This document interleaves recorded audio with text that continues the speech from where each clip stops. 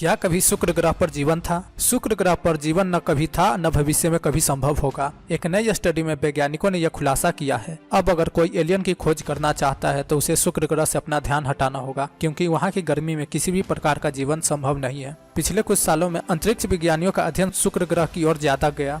हमारे सौरमंडल में सूर्य के बाद यह दूसरा ग्रह है। शुक्र ग्रह पर जीवन की संभावना की तलाश कई दशकों से की जा रही थी, लेकिन यह संभव नहीं है। शुक्र ग्रह पर सूर्य की गर्मी सबसे ज्यादा पड़ती है, इसलिए यहाँ पर जीवन संभव नहीं है। लेकिन कुछ पुरानी स्टडीज में यह अंदाजा लगाया गया था कि प्राचीन समय में जब यह ग्रह बना तब यहाँ पर बड़े महासागर रहे होंगे, जीवन के लिए उपयुक्त जलवायु भी रहा होगा, लेकिन ऐसा सैकड़ों अरबों साल पहले रहा होगा। हालांकि अब की स्टडी से यह बात स्पष्ट तौर पर कह दी गई है कि शुक्र ग्रह पर जीवन न संभव था न कभी होगा। शुक्र ग्रह यानी वीनस इस समय नर्क है। यहाँ की सतह हड्डी की तरह सूखी और जलवायु सूरज की तरह गर्म है, इतनी गर्म है कि लीड को भी पिघला दे। लेकिन कुछ वैज्ञानिकों का मानना था कि शुक्र ग्रह पर जीवन था, जो आज भी वहाँ कहीं न कहीं जरूर होगा। हो सकता है कि यह जीवन शुक्र ग्रह की सतह से 50 किलोमीटर ऊपर उड़ते बादलों में हो, जहाँ पर तापमान और दबाव एक समान हो जैसा कि धरती पर। लेकिन नई स्टडी इन सभी अंदाजों पर पानी फेर दिया। नए पैदा होने वाले ग्रहों की तरह ही शुक्र ग्रह भी शुरुआत में अद्भुत स्तर पर गर्म था, इतना गर्म कि पानी से भरे महासागर यहाँ बन ही नहीं सकते थे।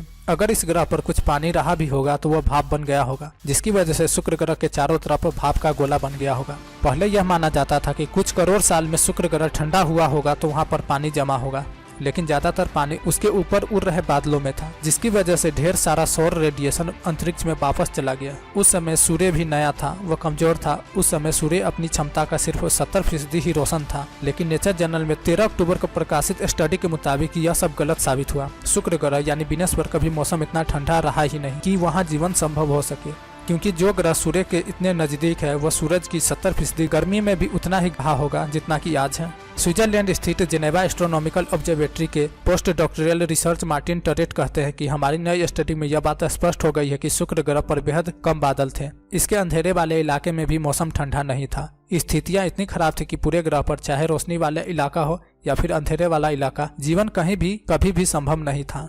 सूर्य की गर्मी शुक्र ग्रह की सतह में बैठ गई थी, वो आज भी है। मार्टिन टरेट ने बताया कि जब किसी ग्रह के अंदर तक गर्मी बैठ जाती है तब वहाँ पर जीवन का पनपना संभव नहीं होता। शुक्र ग्रह कभी भी ठंडा नहीं रहा न कभी होगा, इसलिए वहाँ पर बारिश, नदी, समुद्र, झीलें और महासागर की बात करना बकवास है।